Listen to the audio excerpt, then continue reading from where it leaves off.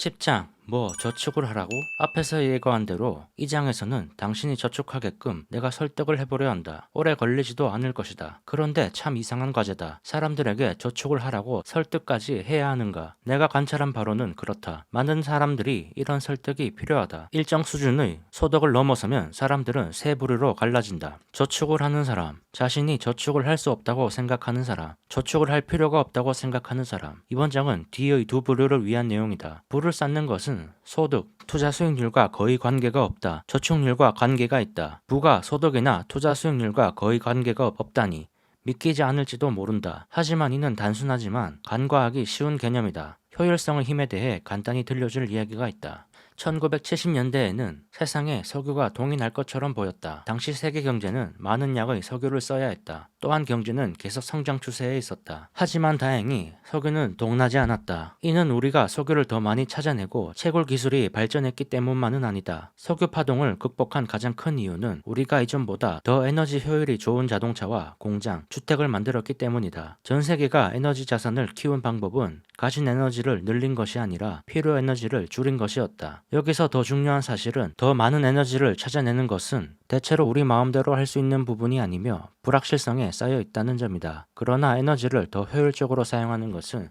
대체로 우리가 조정할 수 있는 범위 내에 있다. 더 가벼운 자동차를 사거나 자전거를 타는 것은 우리에게 달린 문제이며 효율성이 개선될 확률이 100%다. 돈 문제도 마찬가지다. 투자 수익이 우리를 부자로 만들어 줄 수도 있다. 그러나 어느 투자 전략이 효과가 있을지, 얼마나 오랫동안 효과가 있을지, 시장이 그에 협조해 줄지는 늘 미지수다. 결과는 불확실성 위에 놓여 있다. 반면 개인의 저축과 검소함은 돈의 방정식에서 우리가 더 많이 조정할 부분이고 미래에도 지금만큼이나 효과적일 것이 확실하다. 불안 벌어들인 것을 쓰고 난 후 남은 것이 축적된 것에 불과하다. 소득이 높지 않아도 부를 쌓을 수 있지만 저축률이 높지 않고서는 부를 쌓을 가능성이 전혀 없다. 이 사실을 고려하면 소득과 저축률 둘 중 어느 것이 더 중요한지는 명확하다. 부의 가치는 상대적이다. 당신과 나의 순자산이 똑같다고 해보자. 그리고 당신이 나보다 투자를 더 잘한다고 하자. 나의 연간 수익률은 8%인데 당신은 12%다. 그러나 나는 돈 문제에 있어서 당신보다 효율적이다. 당신의 라이프 스타일, 규모는 자산이 늘어나는 것만큼 빠르게 커지는데 반해 나는 그 반만큼의 돈만 있어도 만족한다고 치자. 투자를 잘 하지 못하는데도 불구하고 나는 당신보다 형편이 더 좋다. 투자 수익률이 더 낮은데도 불구하고 나는 내 투자로부터 더 큰 혜택을 얻는다. 소득도 마찬가지다. 더 적은 돈으로 만족하는 법을 배우면 내가 가진 것과 내가 원하는 것 사이에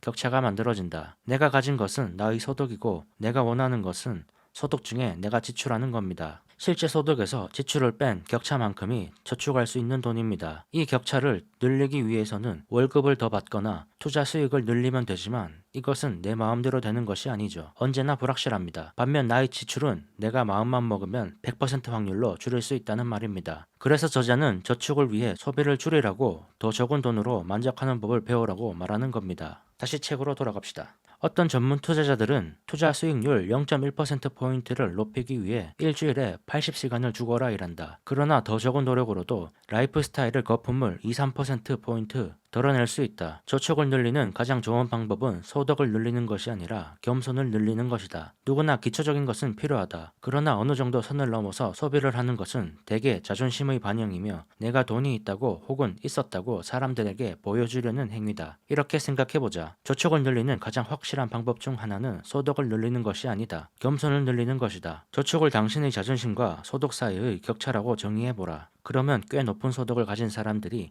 왜 그처럼 저축을 적게 하는지 알 수 있다. 재무 상태를 성공적으로 유지하는 사람들 중에는 남들이 나에 대해 어떻게 생각하는지 눈꼽만큼도 신경 쓰지 않는 경우가 많다. 저자는 선 넘은 소비는 자존심 때문이라고 말합니다. 즉 소득에서 자존심을 뺀 것이 저축입니다. 저축을 늘리기 위해 선 넘은 소비를 줄여야 합니다. 우리가 자존심의 자리에 겸손을 장착한다면 저축을 늘릴 수 있을 겁니다. 저축을 하는 데는 특별한 이유가 필요하지 않다. 사람들은 집 계약금을 마련하고 새 자동차를 사려고, 은퇴에 대비하려고 저축을 한다. 물론 그것도 훌륭한 일이다. 그러나 구체적으로 무언가를 구입하겠다는 목표가 있어야만 저축을 할 수 있는 것은 아니다. 구체적 목표를 위해서만 저축하는 것은 예측 가능한 세상에서나 합당한 얘기다. 우리가 사는 세상은 예측 가능하지 않다. 저축은 최악의 순간 불가피한 가능성에 대한 대비책이다. 특별한 지출 목표가 없는 저축의 또 하나 좋은 점은 7장에서 논의한 부분이다. 즉, 내 시간을 내 마음대로 할 수 있는 능력이 생긴다. 지출 목표가 없는 저축은 우리에게 선택권과 유연성을 제공하며 내가 원하는 기회가 올 때까지 기다릴 수 있는 능력을 준다. 생각할 시간을 준다. 내 뜻대로 방향을 바꿀 수 있게 해준다. 은행에 있는 현금은 인생을 좌우하는 중요한 선택을 우리 스스로 할 수 있게 만든다. 은행에 있는 현금은 우리가 커리어를 바꾸고 싶을 때, 일찍 은퇴하고 싶을 때, 어떤 걱정으로부터 자유롭고 싶을 때 스스로 자유롭게 선택할 수 있는 여지를 준다. 대단한 혜택이다. 이 가치를 수치화할 수 있을까? 나는 계산할 수 없다고 생각한다. 우리는 계산할 수 없는 것은 간과하는 경향이 있다. 내 시간을 내 뜻대로 쓸 수 없으면 불운이 던지는 대로 무엇이든 수용하는 수밖에 없다. 그러나 시간을 내 마음대로 쓸 수 있는 유연성이 있다면 황금 같은 기회가 눈앞에 뚝 떨어질 때까지 기다릴 여유가 있다. 이게 바로 저축의 숨은 혜택이다. 남과 나를 구분짓는 경쟁 우위가 될 수도 있다. 과거에는 세상이 심하게 지역 중심적이었다. 100년 전만 해도 평균적인 지능을 가진 노동자라 하더라도 그 동네에서는 최고일 수 있었고 최고의 대접을 받았다. 지금은 그렇지 않다. 초연결 사회가 되었다는 것은 경쟁해야 할 인재풀이 우리 동네의 수백, 수천 명에서 전 세계 수백, 수천, 수십억 명으로 바뀌었다는 뜻이다. 특히나 머리를 써서 일하는 직업이라면 더욱 그렇다. 경쟁 범위가 확대되면 우리는 이렇게 자문해봐야 한다. 어떻게 해야 내가 눈에 띌 수 있지? 이 질문에 대해 나는 똑똑해라고 말하는 것은 좋은 대답이 아니다. 세상에는 똑똑한 사람이 너무 많다. 매년 미국의 대학 수능 시험에서 최고 점수를 맞는 사람만 600명 가까이 된다. 그와 몇 점 차이 나지 않는 사람이 7,000명이다. 지금처럼 서로 연결된 세상에서 지능은 믿을 만한 이점이 아니다. 그러나 유연성은 이점이 될 수 있다. 유연성만 있다면 커리어에서도 투자에서도 좋은 기회를 기다릴 수 있다. 필요할 때 새로운 능력을 배울 수 있는 확률도 높을 것이다. 내가 할 수 없는 것들을 할 줄 아는 경쟁자를 급히 뒤쫓아야 한다는 압박도 덜 느낄 것이다. 그리고 내가 열정을 가진 일, 나에게 꼭 맞는 일을 나만의 속도에 맞춰 찾을 수 있는 여유가 더 있을 것이다. 지능이 더 이상 지속 가능한 우위가 아닌 세상에서 당신을 두드러지게 만드는 몇 안 되는 능력이다. 내 뜻대로 쓸 수 있는 시간, 내 마음대로 할 수 있는 선택권을 더 많이 갖는 것은 세상에서 가장 가치 있는 화폐이다. 바로 그렇기 때문에 많은 사람들이 저축을 할 수 있고 그리고 해야만 한다. 그리고 또 무엇이 필요할까? 너무 이성적이 되려는 것을 그만두어야 한다. 그 이유에 대해 알아보겠다. 저축이라니 이 웬 고리타분한 얘기인가? 그래도 당신이 돈을 모아야 하는 이유, 상황에 휘둘려 싫은 일을 억지로 하고 있을 때, 내가 원할 때 원하는 것을 할 수 있는 자율권을 갖고 싶을 때, 예고 없이 찾아온 황금 같은 투자 기회를 잡고 싶을 때, 그 순간 기대 없이 잠자고 있던 저축은 당신의 인생을 구원할지도 모른다.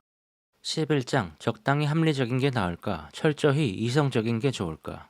우리는 스프레드시트가 아니다. 우리는 사람이다. 엉망진창으로 사는 감정적인 사람이다. 종종 간과하는 사실이 하나 있다. 금융에 관한 의사결정을 내릴 때는 냉철하게 이성적이 되려고 하지 마라. 그냥 꽤 적당히 합리적인 것을 목표로 삼아라. 이게 더 현실적이며 장기적으로 고수할 확률도 크다. 돈 관리에서는 이것이 가장 중요하다. 말라리아를 가지고 매독을 고치려고 했던 사람의 이야기를 해보자. 율리 바그너 야우레크는 오스트리아의 정신과 의사였다. 바그너 야우레크는 한 가지 패턴을 눈치챘다. 신경매독 환자가 다른 질병으로 인한 열병을 장기간 앓을 경우 신경매독이 낫는다는 경향이 있었다. 바그너 야오레크는 신체가 감염과 싸우는데 열이 도움이 된다는 가정을 세웠다. 그리고 곧장 실험해보기로 했다. 몇 번의 비극적인 시행착오 끝에 그의 실험은 성공했다. 그는 말라리아 요법으로 치료한 신경매독 환자 10명 중 6명이 회복되었다고 보고했다. 그는 2027년 노벨 의학상을 수상했다. 열이 나는 이유는 미스테리였기 때문에 열은 늘 두려움의 대상이었다. 그러나 열이 나는 것은 우연이 아니었다. 열은 신체가 회복으로 가는 길에 어떤 역할을 했다. 이제 우리는 열이 감염과 싸우는데 유용하다는 좀 더 과학적인 증거를 가졌다. 일부 바이러스의 경우 체온이 1도 상승하면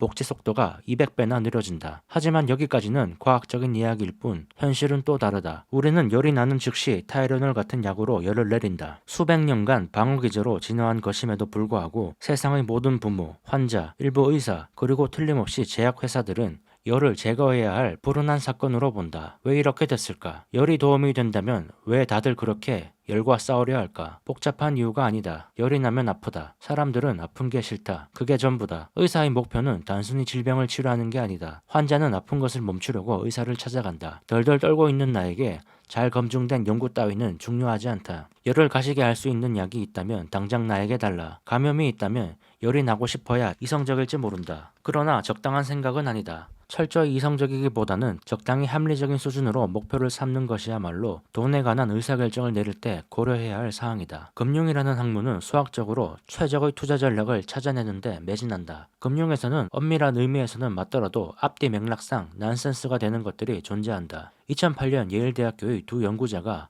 연구 결과를 발표했다. 이들은 젊은 사람이 주식을 살 때 내 돈 1달러당 2달러의 빚을 지는 2대1 전략을 사용해 은퇴 자금을 극대화해야 한다고 주장했다. 그들은 투자자들이 나이가 들면서 레버리지를 서서히 줄여간다고 가정한다면 젊은 시절에는 더 많은 리스크를 감수하고 나이가 들면 리스크를 덜 감수할 수 있다고 제안했다. 레버리지를 사용해 쫄딱 망하더라도 장기적으로 보면 더 많은 돈을 갖게 된다는 사실을 보여주었다. 망한 그 다음 날부터 다시 정신을 차리고 계획대로 2대1 전략을 사용하는 계좌에 계속 적립금을 늘리면 된다는 것이다. 수학적으로는 정확하다. 이성적인 전략이다. 하지만 어이가 없을 만큼 적당하지 않은 전략이기도 하다. 자신의 은퇴 계좌가 100% 증발하고 있는데 그것을 지켜만 보면서 아랑곳 없이 해당 전략을 계속 유지할 수 있는 사람은 정상인 중에 아무도 없다. 사람들은 해당 전략을 포기하고 다른 옵션을 찾을 것이며 아마도 자신의 자산 관리사를 고소할 것이다. 나는 여러분에게 투자 대상을 사랑하라고 말하고 싶다. 이는 전통적인 조언은 아니다. 투자자들은 자신의 투자 대상에 대해 아무 감정이 없다고 주장하는 것을 명예훈장처럼 생각한다. 그게 이성적으로 보이니까 말이다. 그러나 내 전략이나 내가 보유한 주식에 대해 아무 감정이 없어서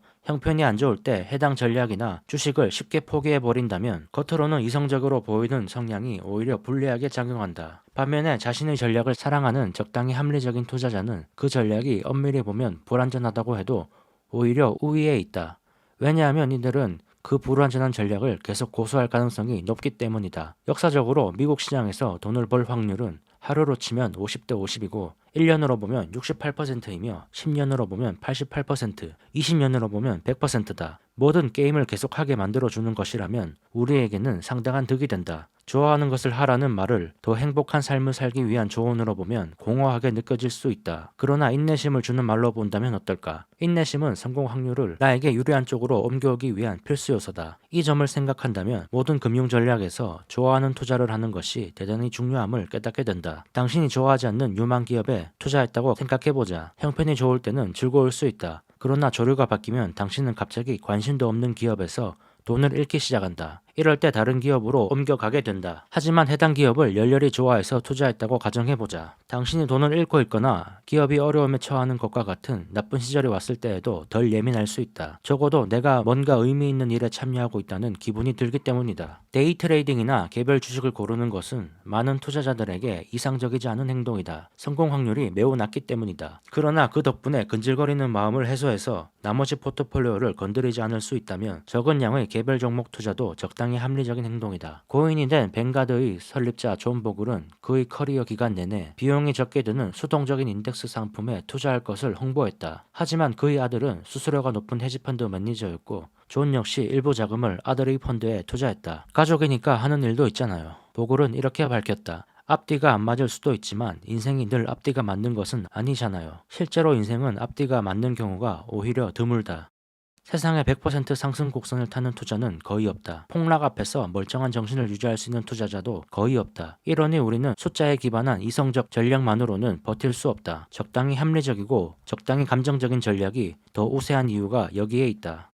12장 한 번도 일어난 적 없는 일은 반드시 일어나게 마련이다. 언젠가 스탠퍼드 대학교 스콧 세이건 교수는 이런 이야기를 했다. 한 번도 일어난 적 없는 일은 언제나 일어난다. 경제학자들은 역사를 신성 불가침의 가이드처럼 사용한다. 경제나 투자의 역사를 깊이 이해하는 것은 똑똑한 행동이다. 그러나 어떻게 보더라도 역사는 미래의 지도가 될 수 없다. 많은 투자자들이 빠지는 이 함정을 나는 역사가의 예언 오류라고 부른다. 과거 데이터에 지나치게 의존해 미래 신호를 읽으려고 할 때 생기는 오류다. 지질학자들은 수십억 년의 역사적 데이터를 통해 지구가 어떤 형태를 보이는지 모형을 세울 수 있다. 기상학자도 마찬가지다. 의사도 마찬가지다. 2020년에도 인간의 신장은 1000년 전인 1020년과 똑같은 방식으로 작동한다. 그러나 투자는 엄밀한 과학이 아니다. 투자란 수많은 사람이 한정된 정보를 가지고 불완전한 의사결정을 내리는 일이다. 위대한 물리학자 리처드 파인만이 이런 말을 한 적이 있다. 전자에 감정이 있다면 물리학이 얼마나 더 어려웠을지 상상해보라. 투자자들은 감정이 있다. 많은 투자자들이 감정을 갖고 있다. 그렇기 때문에 투자자들의 과거 행동에 기초해서 미래 행동을 예측하기가 어려운 것이다. 그러니 역사가들을 예언가 취급해서는 안 된다. 우리가 자기 자신에게 사용하는 정신적인 속임수가 있다. 겪어본 사람, 이미 해본 사람을 지나치게 우러러보는 것이다. 특정한 사건을 겪어보았다고 해서 반드시 다음번에 일어날 일을 잘 안다는 것은 아니다. 사실 그런 경우는 거의 없다. 투자의 역사에 지나치게 의존해 다음 일을 생각할 경우 두 가지 위험이 발생한다. 과거에 의존하면 미래를 바꾸어 놓을 이례적인 사건을 놓칠 가능성이 크다. 역사적 자료에서 가장 중요한 사건은 보통의 경우에서 크게 벗어난 사건들이다. 기록을 깬 사건 말이다. 그런 것들이 경제와 주식시장을 크게 바꾼다. 대공황, 제2차 세계대전,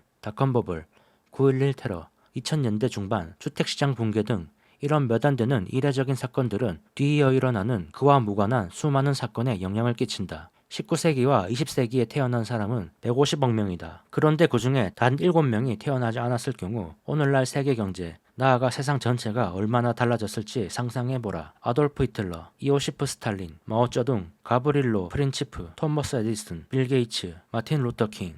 말하자면 지난 세기에 0.0000004%의 사람들이 세상의 방향을 절반 이상 결정했다는 뜻이다. 프로젝트, 혁신, 사건도 마찬가지다. 20세기에 다음 것들이 없었다고 생각해보라. 대공황, 2차 세계대전, 맨해튼 프로젝트, 백신, 항생제, 아르파넷, 9.11 테러, 소비에트 연방 몰락. 20세기에 있었던 사건이 얼마나 많을까? 수십억 개? 수조 개? 하지만 이 8가지 사건만 봐도 다른 것들에 비해 세상의 질서를 수백 배 바꿔놓았다. 꼬리 사건을 과소평가하기 쉬운 이유는 사건들이 어떻게 눈덩이처럼 불어나는지 과소평가하기 매우 쉽기 때문이다. 한 예로 9.11 테러는 미국 연방준비제도 이사회가 금리를 내리게 만들었고 주택시장의 거품을 촉진했다. 이는 다시 금융위기로 이어졌고 고용시장 악화를 불러왔다. 그러자 수천만 명이 대학교육을 받겠다고 나섰고 1조 6천억 달러에 달하는 학자금 대출 연체율이 10.8%에 이르게 됐다. 이처럼 세계 경제에서 일어나는 일 대부분은 예측이 불가능했던 몇 안 되는 과거 사건들과 거의 연결되어 있다. 뜻밖의 사건이 일어나는 이유는 우리의 지능이 낮아서가 아니다. 아돌프 히틀러가 태어나기 9개월 전 그들의 부모가 싸웠을 확률은 그들이 아이를 만들었을 확률과 동일하다. 의학자 조너스 소크가 백신 찾기 연구를 중도에 포기했다면 빌 게이츠는 소아마비로 죽었을지도 모른다. 이런 이유 때문에 예측하기 어렵다. 학자금 대출이 눈덩이처럼 불어나는 것을 예상할 수 없었던 이유는 단지 9월 11일에 공항 보안 요원 중 한 명이 납치범의 칼을 압수했다면 일어나지 않았을 테러에 인한 결과이기 때문이다. 이는 분석의 실패가 아니다. 상상력의 실패다. 미래의 모습이 과거와 전혀 딴판일 수 있음을 깨닫는 것은 특별한 능력이다. 저자는 역사학자들을 예언자로 생각하지 말라고 합니다. 즉 역사를 근거해 계획을 세우지 말라는 겁니다. 왜냐하면 세상은 예측하기 아주 어려운 사건들, 예를 들면 세계대전, 9.11 테러,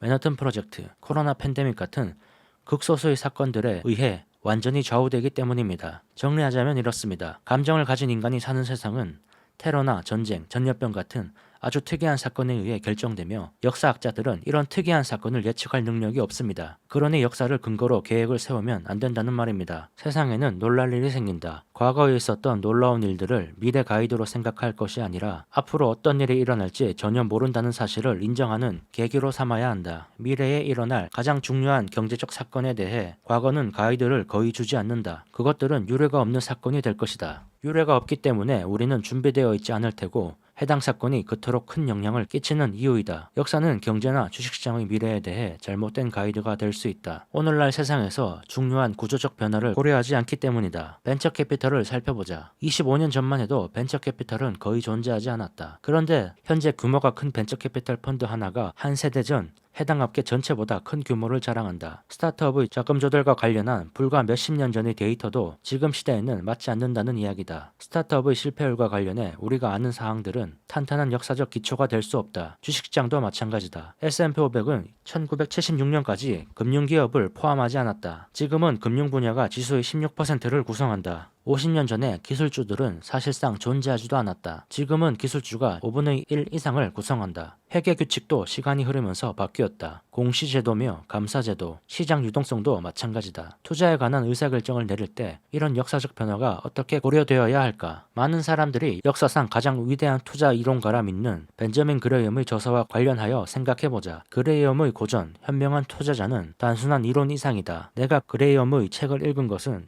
투자에 관해 처음 배우던 10대 때였다. 나는 이 책의 공식들이 마음에 와닿았다. 그런데 공식들 중 몇 가지를 적용해 보려고 하면 한 가지가 분명해진다. 실제로 효과가 있는 공식이 별로 없다. 그레이엄은 순운용 자산보다 낮은 가격에 거래되는 주식을 사라고 한다. 그러나 이렇게 싼 가격에 거래되는 주식은 이제 거의 없다. 또한 장부 가치보다 1.5배 이상의 가격에 거래되는 주식은 폐하라는 사항도 있다. 그런데 지난 10년간 이 규칙에 따랐다면 보험과 은행주 외에는 아무것도 가질 수 없었을 것이다. 현명한 투자자는 역사상 가장 훌륭한 투자서 중 하나다. 이 책에는 지혜가 가득하다. 아마도 지금까지 출판된 그 어떤 투자서보다 많은 지혜가 담겨 있다. 그러나 실전 지침서로서의 가치는 의문스럽다. 어떻게 된 걸까? 그레이엄이 듣기에만 좋을 뿐 효과가 없는 조언이나 하는 쇼맨십에 능한 사람이었을까? 나중에 그레이엄 책의 개정판에 주석을 달기도 했던 제이슨 츠바이크는 이렇게 썼다. 그레이엄은 어제 효과 있었던 것이 아니라 오늘 효과 있는 것을 찾았다. 현명한 투자자의 개정판이 나올 때마다 그레이엄은